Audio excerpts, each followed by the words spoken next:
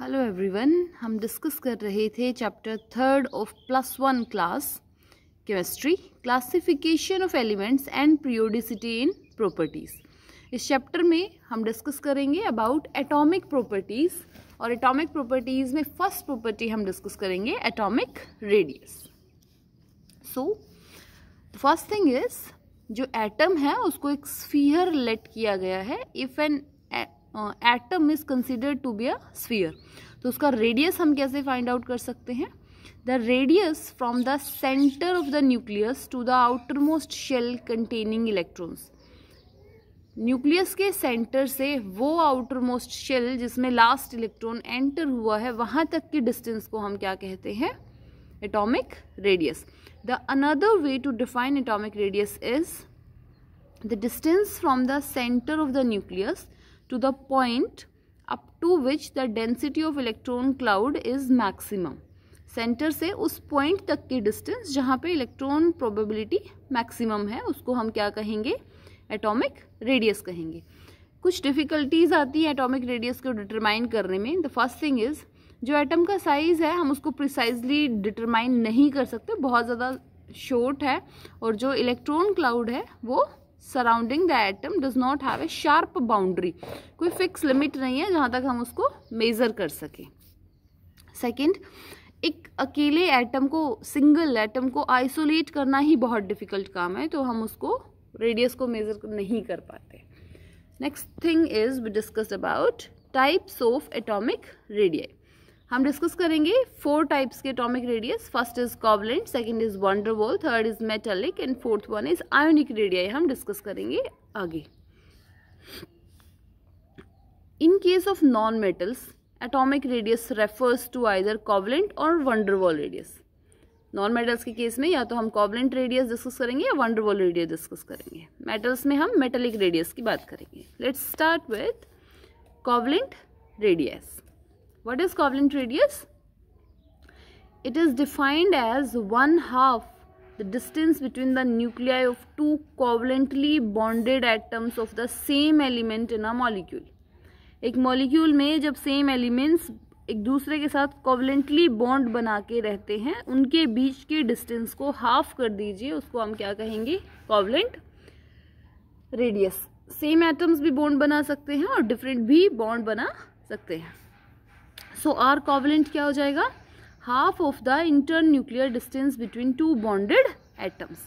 Simply अगर हम बात करें दो हाइड्रोजन एटम्स की, this is the nucleus. Hydrogen atom contains 1 electron, 1 shell, another hydrogen atom, and there is an overlapping between the 2 hydrogen atoms. ये जो ओवरलैपिंग है, covalent bond is formed by, कैसे बनता है covalent bond? Is formed by mutual sharing of electrons है। सो इस nucleus के centre से इस न्यूक्लियस के सेंटर तक इन बिटवीन जो डिस्टेंस है, अगर हम उस डिस्टेंस को, the distance is d, if we put d/2 then we get our covalent radius. दो कोवलेंटली बॉन्डेड एटम्स के बीच की डिस्टेंस को हाफ कर देंगे तो हमें क्या मिल जाएगा? Covalent radius. नेक्स्ट वन देखो, homonuclear diatomic molecule. Simply means दोनों एटम्स सेम है, जैसे हमने अभी एक एग्जांपल देखा हाइड्रोजन का। अनदर वन हेट्रो के लिए भी आप कैलकुलेट कर सकते हैं। Next is van der Waals radius. Now what is van der Waals radius? The question arises. It is defined as 1/2 the distance between the nuclei of 2 identical non-bonded isolated atoms। यहाँ पे ये कह रहा है कि आपको 1/2 डिस्टेंस करना है न्यूक्लियस के बीच का, दो आइडेंटिकल हैं पर नॉन बॉन्डेड आइसोलेटेड एटम्स है। देखिए इस डायग्राम को देखिए, there is a one molecule, another molecule, ये दोनों नॉन बॉन्डेड हैं आपस में। अगर दोनों का एटम सेम है, जैसे ये भी H2 का मॉलिक्यूल है, ये भी H2 का मॉलिक्यूल है, तो इन दोनों एटम्स में जो कि एक दूसरे से बॉन्डेड नहीं है, इनके बीच की डिस्टेंस को हम क्या कहते हैं? Van der Waals radius. इनके बीच की डिस्टेंस के हाफ को हम क्या बोलेंगे? Van der Waals radius. दो अलग अलग मॉलिक्यूल्स हैं, उनके एटम्स के न्यूक्लियस के बीच की डिस्टेंस को अगर हम हाफ करते हैं तो हम क्या कहेंगे, वंडर वॉल रेडियस। दोबारा देखिए डेफिनेशन को, two adjacent identical atoms belonging to the neighbouring molecule of an element in the solid state is known as van der Waal radius. Clear? One important point is van der Waals radii are always larger than the covalent radii. जो van der Waals radius है हमारा वो हमेशा covalent radius से बड़ा होता है। Reason क्या है, जो covalent bond बनता है वहाँ पे ओवरलैपिंग हो जाती है, इतना स्पेस जो है वो दोनों में कॉमन हो गया, इस वजह से हमारा covalent radius कम हो जाता है, जबकि van der Waals radius में कोई ओवरलैपिंग नहीं होती है। Clear? van der Waals radius बड़ा है, covalent radius छोटा है। The third part of radius is metallic radius. Metallic radius, it is defined as 1/2 the internuclear distance between two adjacent metal ions in the metallic lattice. दो adjacent metal ions के बीच की distance को अगर हम half कर देंगे तो हमें क्या मिल जाएगा, metallic radius मिल जाएगा। क्लियर? जब एक मेटल आयन बनता है तो इलेक्ट्रॉन बाहर निकलता है। After the removal of outer most electron, जो पीछे बचता है न्यूक्लियस और वैलेंस इलेक्ट्रॉन्स, उनको हम कहते हैं kernels. What we call them, kernels. There is a force of attraction between the mobile electrons, जो आउटर मोस्ट इलेक्ट्रॉन बाहर निकल गए उनका मोबाइल इलेक्ट्रॉन्स कह रहे हैं, and the positive kernels is called metallic bond. Clear है मेटेलिक बॉन्ड क्या होता है? दोबारा देख लीजिए, it is defined as 1/2 the internuclear distance between the two adjacent metal ions in the metallic lattice. एक metallic lattice में दो adjacent metal ions के बीच की distance को half कर दीजिए, we get our metallic radius. One point is van der Waals radius सबसे बड़ा होता है, उसके बाद metallic radius और लास्ट में covalent radius। यहाँ पे कोई ओवरलैपिंग नहीं है दोनों में, covalent radius में ओवरलैपिंग हो जाती है, इसलिए उसका साइज सबसे कम हो जाता है। Next we are discuss about the variation, कि जब हम लेफ्ट टू राइट चलते हैं तब क्या वेरिएशन होती है, टॉप टू बॉटम जाते हैं तो क्या वेरिएशन होती है। Variation of atomic radii in the periodic table, variation in a period अगर हम बात करें तो जो हमारा कोवलेंट और वंडर वॉल रेडियस है वो डिक्रीज होता है with increase in atomic number as we move from left to right.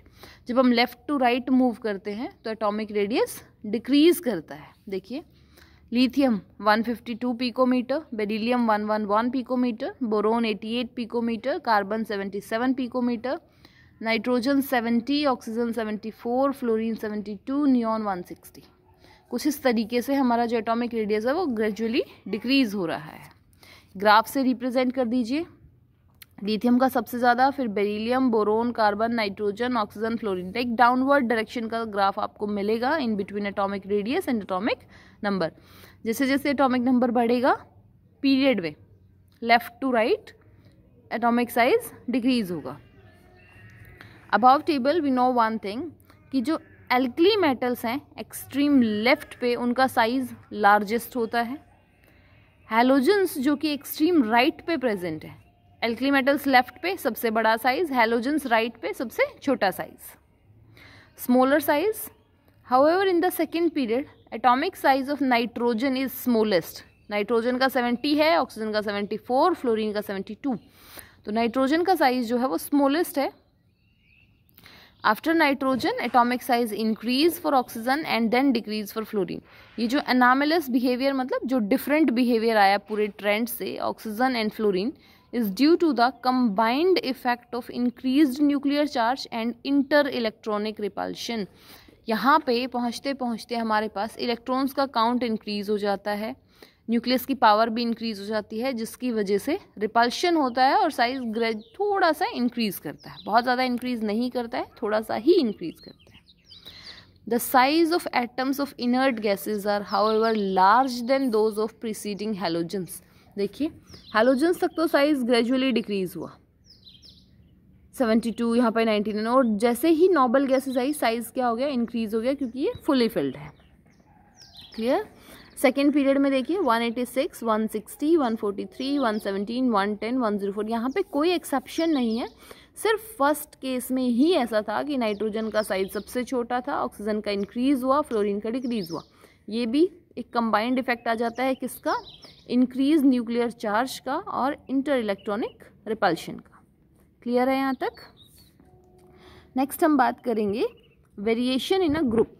जब हम ग्रुप में बात करते हैं रेडियस की, जब हम टॉप टू बॉटम चलते हैं, lithium, sodium, potassium, rubidium, caesium, francium, तो एटॉमिक रेडियस इंक्रीज होता है 152, 186, 231, 241।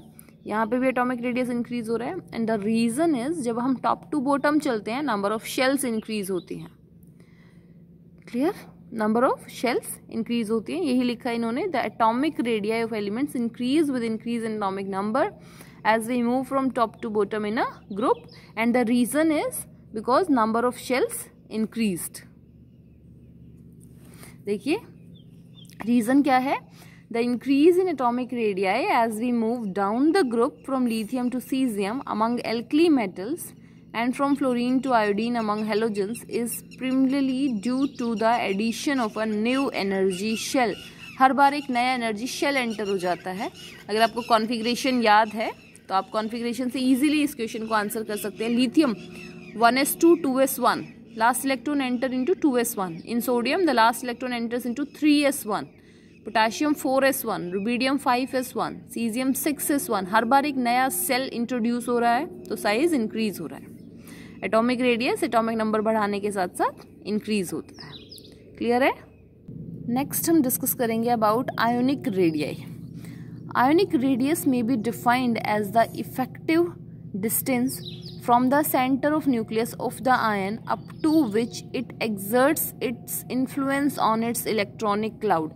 Simply उन्होंने कहा कि जब दो आयन्स आपस में कंबाइन करते हैं तो न्यूक्लियस से जहाँ तक उनका इलेक्ट्रॉन क्लाउड है वहाँ तक के डिस्टेंस आप मेजर करके क्या कहेंगे, radius of cation, and another side radius of anion. और इंटर न्यूक्लियर डिस्टेंस को हम कैसे फाइंड आउट कर सकते हैं कि आर इंटर न्यूक्लियर कैसे लिख देंगे हम, आर इंटर न्यूक्लियर कैसे लिखेंगे, radius of distance inter nuclear, radius of cation plus radius of anion. In case of ionic radii हम इंटर न्यूक्लियर डिस्टेंस को कैसे लिखेंगे, sum of the radii of two ions involved. Clear है?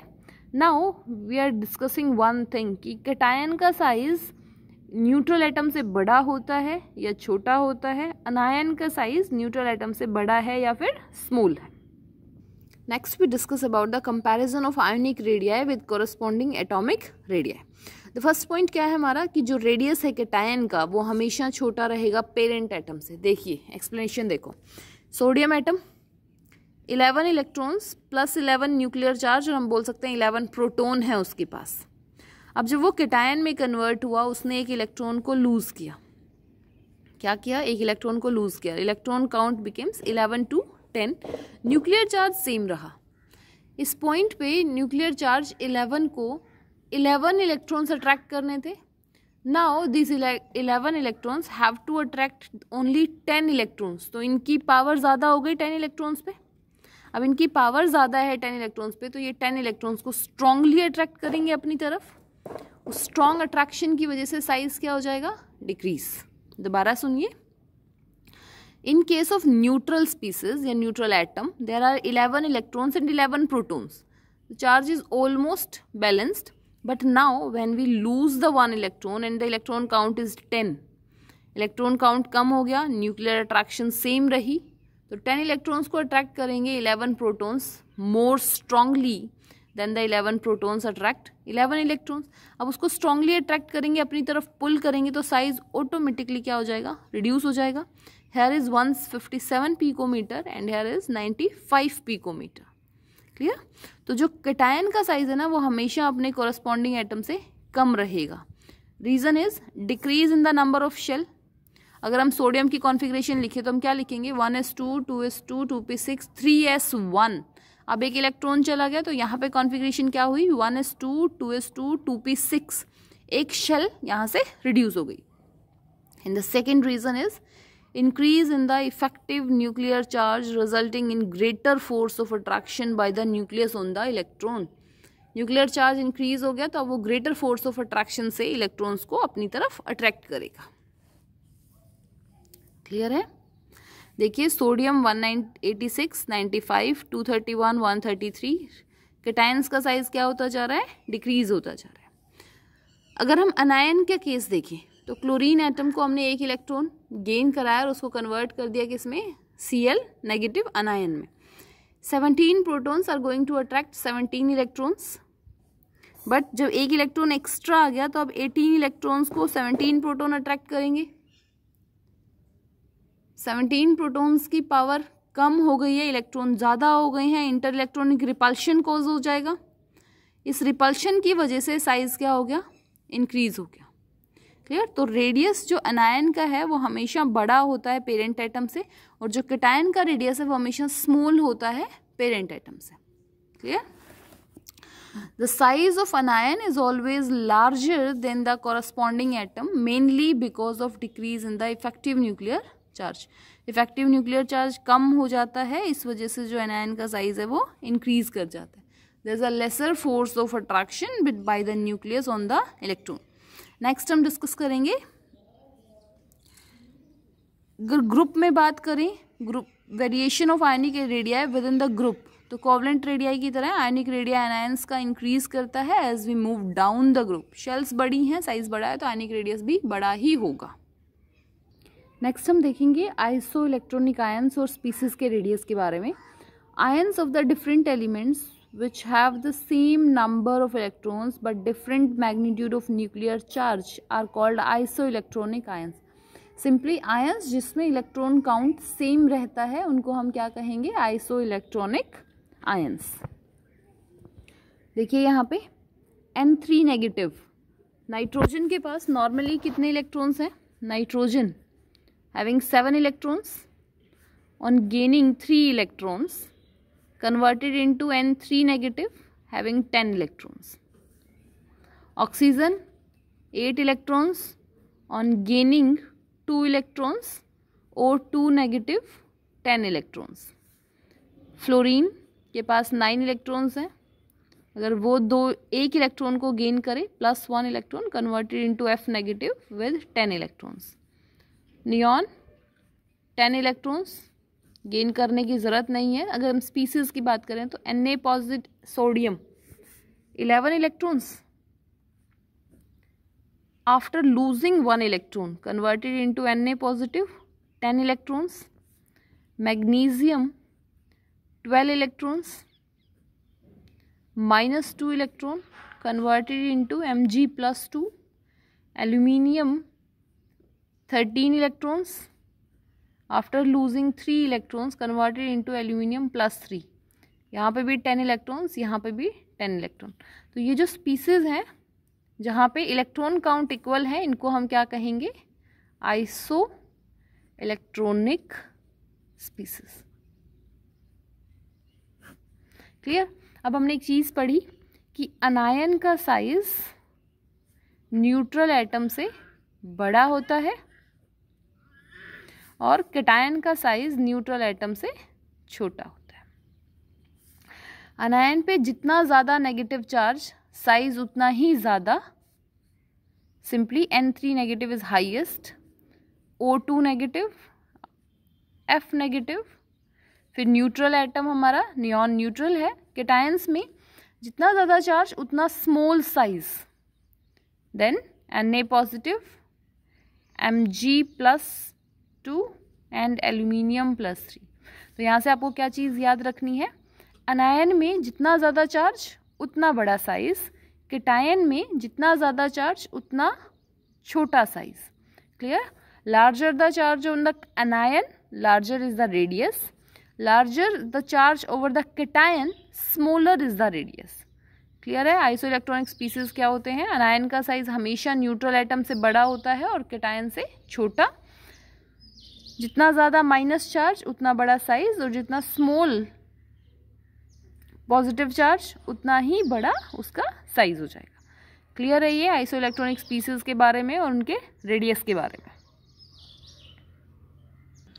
The next atomic property we are going to discuss is ionisation enthalpy.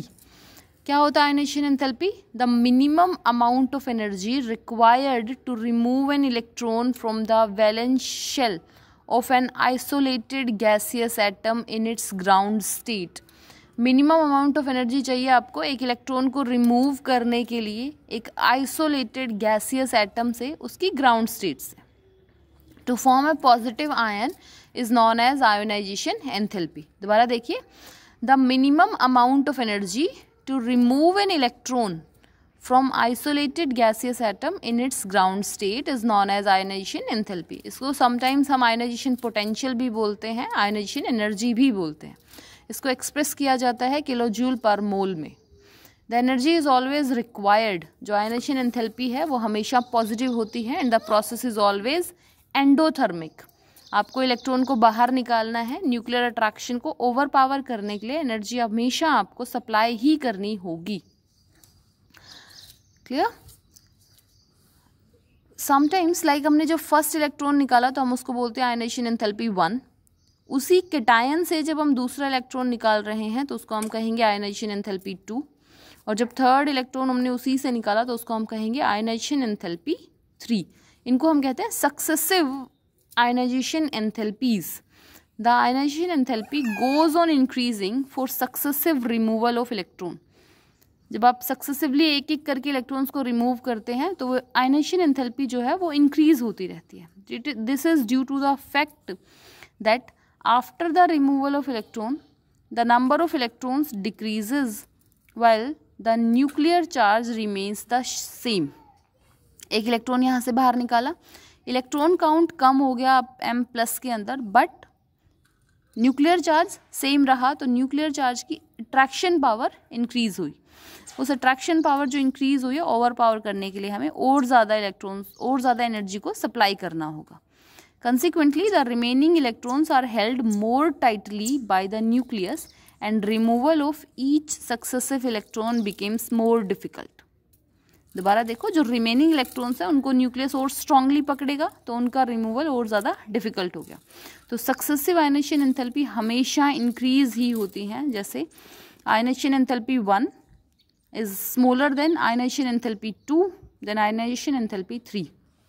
देखिए elements में, जैसे एक table इन्होंने बनाई है यहाँ पे. पहली आयोनाइजेशन एंथैल्पी 520, सेकंड उससे इंक्रीज हुई, थर्ड उससे भी ज़्यादा है. पूरी टेबल में एक वेरिएशन आपको यहाँ नज़र आएगी. 2 वैल्यूज़ को हम स्पेसिफिकली ध्यान से देखेंगे. यहाँ पे देखो 1s2 2s2 2p3. इनकी फर्स्ट आयोनाइजेशन एंथैल्पी है नाइट्रोजन की 1402, ऑक्सीजन की है 1314.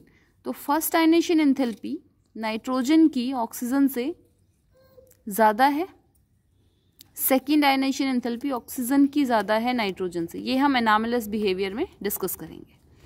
क्लियर है? यहाँ पे इस टेबल से उन्होंने क्या रिप्रेजेंट किया है कि फर्स्ट आयोनाइजेशन एंथैल्पी कम होती है, सेकेंड उससे ज़्यादा एंड थर्ड उससे भी ज़्यादा होती है.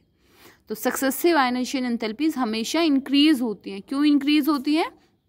क्योंकि एक इलेक्ट्रॉन निकालने के बाद जो इलेक्ट्रॉन बचे हैं वो मोर टाइटली हेल्ड होते हैं बाय द न्यूक्लियस और उनका रिमूवल और भी ज़्यादा डिफिकल्ट हो जाता है because of increased nuclear charge. Now हम एक ग्राफ देखते हैं आयोनाइजेशन एंथैल्पी और एटॉमिक नंबर्स के बीच में. तो इस ग्राफ में एक चीज़ हम ऑब्जर्व कर रहे हैं. क्या है? जो बॉटम पीक्स हैं वो देखिए, lithium, sodium, potassium, rubidium, caesium. मतलब जो हमारे एल्कली मेटल्स हैं उनकी आयोनाइजेशन एंथैल्पी बहुत ही कम होती है. और जो हमारे नोबल गैसेस हैं, helium, neon, argon, krypton, xenon, ये जो हैं इनकी आयोनाइजेशन एंथैल्पी बहुत ज़्यादा होती है. रीज़न क्या है? कंप्लीटली फिल्ड ऑक्टेट और एक स्टेबल इलेक्ट्रॉनिक कॉन्फ़िगरेशन को उन्होंने एक्वायर कर लिया. इस वजह से इनकी आयोनाइजेशन एंथैल्पी बहुत ज़्यादा है. इनमें से इलेक्ट्रॉन निकालना बहुत ज़्यादा डिफिकल्ट है. सिंपली अगर हम ग्राफ देखें एक पीरियड में और एक ग्रुप में, so when we observe the ionization enthalpy with respect to the atomic number in a period, lithium से ज़्यादा बेरिलियम की, फिर बोरोन, देन कार्बन, नाइट्रोजन की ज़्यादा है, फिर ऑक्सीजन की, फ्लोरीन की, नियोन की. And we know one thing, जब हम लेफ्ट टू राइट चलते हैं एटॉमिक साइज डिक्रीज होता है. क्लियर? एटॉमिक साइज डिक्रीज होता है बिकॉज न्यूक्लियर अट्रैक्शन इंक्रीज हो जाती है. बट यहाँ पे जो आयोनाइजेशन एंथैल्पी का ऑर्डर है उसमें कुछ एक्सेप्शंस हैं. जब ग्रुप में देखते हैं तो एक रेगुलर डिक्रीज है. लिथियम की कम है, ज़्यादा है, फिर सोडियम की उससे कम, पोटेशियम की उससे कम, रुबिडियम की उससे कम, सीजियम की उससे कम. क्योंकि शेल्स बढ़ गई, डिस्टेंस बढ़ गया, न्यूक्लियर अट्रैक्शन डिक्रीज हो गई, जो कि आउटर मोस्ट इलेक्ट्रॉन को हेल्ड करके रखे हुए है। क्लियर? इन दिस केस देखो, अब यहाँ पे ये जो रीजंस आए कि बेरिलियम की ज़्यादा हो गई बोरॉन से, नाइट्रोजन की ज़्यादा हो गई ऑक्सीजन से, यहाँ पे जो इनका एक्सप्लेनेशन पॉइंट रहेगा वो रहेगा कि हमारी इलेक्ट्रॉनिक कॉन्फ़िगरेशन ज़्यादा स्टेबल होती है। अगर आप बेरिलियम की देखें तो बेरिलियम में आप क्या लिखते हैं, 1s2 2s2, और बोरॉन में 1s2 2s2 2p1। तो कहीं ना कहीं बेरिलियम की 1s2 2s2 फुली फिल्ड है, तो वो ज़्यादा स्टेबल इलेक्ट्रॉनिक कॉन्फ़िगरेशन है। ये जो हमने दो फैक्टर्स डिस्कस करने हैं, first one attraction of electron towards the nucleus and second one the repulsion of electron from each other. The force of attraction between nucleus and outermost electron increase with increase in the nucleus charge. जैसे जैसे nucleus का charge बढ़ेगा, nucleus और outermost electrons के बीच में interaction बढ़ेगी। Greater the nuclear charge, greater will be the energy required to pull the electron from the atom. जितना ज़्यादा न्यूक्लियर चार्ज होगा उतनी ही ज़्यादा हमें एनर्जी चाहिए इलेक्ट्रॉन्स को बाहर निकालने के लिए। Hence with increase in nuclear charge, जैसे जैसे न्यूक्लियर चार्ज बढ़ेगा ionisation enthalpy, hence with the increase in nuclear charge, जैसे जैसे हम न्यूक्लियर चार्ज को बढ़ाएंगे आयोनाइजेशन एंथैल्पी भी इंक्रीज होती जाएगी। However the effective nuclear charge experienced by a valence electron in an atom will be less than the actual charge on the nucleus. Nucleus पे actual में जितना चार्ज होता है ना आउटर मोस्ट इलेक्ट्रॉन, उतना चार्ज एक्सपीरियंस नहीं कर पाते because of the shielding effect और screening effect. Where the force of attraction by the nucleus on the valence electron is reduced due to repulsive force exerted by the inner shell electrons. जो inner shell electrons है उनकी वजह से outer most shell तक उतना effective nucleus charge नहीं पहुंच पाता। देखो एक डायग्राम, न्यूक्लियस था, ये इनर शेल के इलेक्ट्रॉन्स हैं, ये आउटर शेल का इलेक्ट्रॉन है। तो न्यूक्लियस की अट्रैक्शन इस इलेक्ट्रॉन तक उतना नहीं पहुंच पाती जितना पहुंचना चाहिए था। क्यों? क्योंकि ये जो दो इलेक्ट्रॉन हैं ये उस पावर को, ये उस अट्रैक्शन को शील्ड करते हैं, रोक देते हैं और इस पर्टिकुलर इलेक्ट्रॉन को रिपेल करते हैं। ये कौन सी अट्रैक्शन फेस कर रहा है? न्यूक्लियस से आने वाली न्यूक्लियर फोर्स ऑफ अट्रैक्शन। ये जो अंदर वाले इलेक्ट्रॉन है ये इसको रिपेल कर रहे हैं। Repulsion force exerted by inner electron on the valence shell electrons. So जैसे जैसे हमारा न्यूक्लियर अट्रैक्शन इंक्रीज होता है वैसे वैसे आयनाइजेशन एंथैल्पी भी इंक्रीज होती है। When we move across the period, जब हम पीरियड में चल रहे हैं लिथियम से फ्लोरीन तक, सेकेंड पीरियड की बात हो रही है, we know atomic radii go on decreasing, atomic radius decrease होता रहता है। तो सक्सेसिव इलेक्ट्रॉन्स जो हैं which are added to the orbital in the same period quantum level, shielding of electron does not increase very much to compensate for the increase attraction of the electron to the nucleus. Simply जब एक ही shell में electron enter करेंगे तो shielding effect तो ज़्यादा increase होगा नहीं। Consequently, the outermost electron are more tightly bounded, thus increasing the ionization potential across the period. Simply, जब जो इलेक्ट्रॉन्स हैं वो अगली शेल, नेक्स्ट शेल में एंटर नहीं कर रहे हैं, सेम शेल में एंटर कर रहे हैं, तो न्यूक्लियस की अट्रैक्शन को रोकने वाली चीज़ें नहीं हैं, तो अट्रैक्शन बढ़ती चली जाएगी जब आप ग्रुप में चलेंगे। और जैसे जैसे अट्रैक्शन बढ़ेगी आयनाइजेशन एंथैल्पी इंक्रीज होएगी। ऑन द अदर हैंड जब हम डाउन द ग्रुप मूव करते हैं, डिस्टेंस जो है आउटर मोस्ट इलेक्ट्रॉन की न्यूक्लियस से इंक्रीज होती है। Shielding of the nuclear charge increase by the electrons in the inner level. Here in this case the increase in the shielding outweigh the increase in nuclear charge, thus facilitating the easy removal of the valence electron, reducing the ionization enthalpy down the group. Down the group ionization enthalpy decrease हुई, period में ionization enthalpy increase हुई। Clear है? कुछ exceptions देखेंगे, पहले इस point को थोड़ा सा हम क्लियर करते हैं कि डाउन द ग्रुप कैसे इंक्रीज हो रही है और लेफ्ट टू राइट कैसे इंक्रीज हो रही है, डाउन द ग्रुप कैसे डिक्रीज हो रही है। देखिए, जब हम एक पीरियड में लेफ्ट टू राइट चल रहे हैं तो हमने सेकेंड पीरियड की बात की है, lithium, beryllium, boron, carbon, nitrogen, oxygen, fluorine, neon. Lithium के पास 3 इलेक्ट्रॉन 3 प्रोटॉन, 4 इलेक्ट्रॉन 4 प्रोटॉन। तो आप एक चीज़ देख पा रहे होंगे कि जब हम लेफ्ट टू राइट चल रहे हैं तो प्रोटॉन का काउंट बढ़ता जा रहा है। तो nuclear power left to right क्या हो रही है? Left to right nuclear attraction increase कर रहा है। अगर हम इलेक्ट्रॉनिक कॉन्फ़िगरेशन की बात करते हैं तो 1s2 2s1 1s2 2s2 1s2 2s2 2p1 फिर 2p2 2p3 2p4 2p5 2p6 same shell में इलेक्ट्रॉन एंटर कर रहे हैं। अब टू के अंदर एंटर कर रहे हैं तो शील्डिंग इफेक्ट इंक्रीज नहीं हो रहा है, shielding effect not increase, shielding effect increase नहीं कर रहा है क्योंकि सेम शेल में इलेक्ट्रॉन एंटर कर रहा है, तो शील्डिंग इफेक्ट का रोल तो यहाँ पे खत्म हो गया। अब न्यूक्लियर अट्रैक्शन इंक्रीज हो रही है, जैसे जैसे न्यूक्लियर अट्रैक्शन इंक्रीज करेगा, अब न्यूक्लियस ने अगर हमारे पास आउटर मोस्ट इलेक्ट्रॉन को स्ट्रांगली हेल्ड किया है तो हमें मोर एनर्जी सप्लाई करनी होगी, more energy required if this attraction is strong, if this attraction is strong so more energy is required। तो जैसे जैसे न्यूक्लियर अट्रैक्शन बढ़ रही है वैसे वैसे क्या हो रहा है, हमें ज़्यादा एनर्जी चाहिए, तो लेफ्ट टू राइट जब हम चलते हैं तो आयनाइजेशन एंथैल्पी इंक्रीज होती है। But there is an exception. क्या है वो एक्सेप्शन, देखो 1s2 2s2 उसके बाद 2p3 2p6 ये ऐसी कॉन्फ़िगरेशंस हैं, यहाँ पे फुली फिल्ड, ये एग्जैक्टली हाफ फिल्ड और ये एग्जैक्टली फुली फिल्ड। तो ionisation enthalpy regular increase follow नहीं कर पाती। क्या होना चाहिए था, लेफ्ट टू राइट इंक्रीज होना चाहिए था क्योंकि एटॉमिक साइज हमारा घट रहा है और न्यूक्लियर अट्रैक्शन बढ़ रही है। But because of the stable electronic configuration beryllium की आयनाइजेशन एंथैल्पी ज़्यादा होती है बोरोन से, नाइट्रोजन की आयनाइजेशन एंथैल्पी ज़्यादा होती है ऑक्सीजन से, और नियोन की तो ज़्यादा है फ्लोरीन से, और नियोन की ज़्यादा होती है फ्लोरीन से।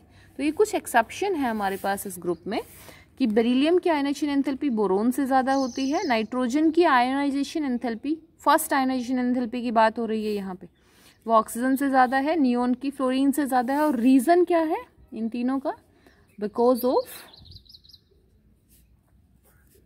Stable electronic configuration, either fully filled और आइदर हाफ फिल्ड। क्लियर है ये चीज़, समझ आई। नेक्स्ट वन, अगर हम टॉप टू बॉटम बात करते हैं, lithium, sodium, potassium, rubidium, caesium, francium, अगर हम इनकी कॉन्फ़िगरेशन को रिमाइंड करें तो lithium, helium 1s2 2s1, neon 10 तक हो गया यहाँ पे 3s1, argon 4s1, krypton 5s1, xenon 6s1 and radon 7s1। तो जैसे जैसे आप नीचे आ रहे हो शेल्स इंक्रीज होती जा रही हैं। अब शेल इंक्रीज हो रही है तो न्यूक्लियस में पहले जहां आपके पास 2s1 था, अब आपने किया 3s1, फिर 4s1, फिर 5s1। जैसे जैसे आप नीचे आते जा रहे हैं न्यूक्लियस की आउटर मोस्ट शेल से डिस्टेंस क्या होती जा रही है, इंक्रीज होती जा रही है। एंड वन मोर थिंग, अब यहाँ पे 2s1 है 3s1 है, तो अंदर कॉन्फ़िगरेशन क्या है 1s2 2s2 2p6 3s1। Shielding effect आ गया इन दोनों का 3s1 के लिए। सिमिलरली जब हम यहाँ लिखेंगे 1s2 and so on 3d10 and 4s1, 3d10 नहीं आएगा, 3p6 के बाद 4s1। दोबारा देख लीजिए इसको, 1s2 2s2 2p6 3s2 3p6 4s1। अब 4s1 में इलेक्ट्रॉन एंटर हो रहे हैं तो इनका शील्डिंग इफेक्ट आ गया। तो जब हम टॉप टू बॉटम की बात करते हैं तो हम इनका शील्डिंग इफेक्ट भी इंक्रीज होता है और इनकी डिस्टेंस भी इंक्रीज हो जाती है, न्यूक्लियस से दूर हो जाते हैं। इस वजह से top to bottom ionisation enthalpy decrease. अब इस इलेक्ट्रॉन को निकालने के लिए आपको उतनी एनर्जी नहीं चाहिए जितनी एनर्जी आपको इस इलेक्ट्रॉन को निकालने के लिए चाहिए, क्योंकि वो ये न्यूक्लियस के पास है और ये न्यूक्लियस से दूर है। Clear? This is all about the variations of ionisation enthalpy in period and in group. Now one interesting thing is, आपको आयोनाइजेशन एंथैल्पी नाइट्रोजन और ऑक्सीजन, यहाँ से कॉन्फ़िगरेशन क्या है 1s2 2s2 2p3 and 1s2 2s2 2p4। हम बोल रहे हैं कि इसकी exactly half field electronic configuration है, इसलिए आयनेशन एंथैल्पी नाइट्रोजन की फर्स्ट ग्रेटर है किससे, आयनेशन एंथैल्पी ऑक्सीजन की 1 से। अगर हम यहाँ से एक इलेक्ट्रॉन को निकाल देते हैं after removal of 1 electron, the configuration is 1s2 2s2 2p2 and here after removal of 1 electron the configuration is 1s2 2s2 2p3। अब ये एग्जैक्टली हाफ फिल्ड हो गया।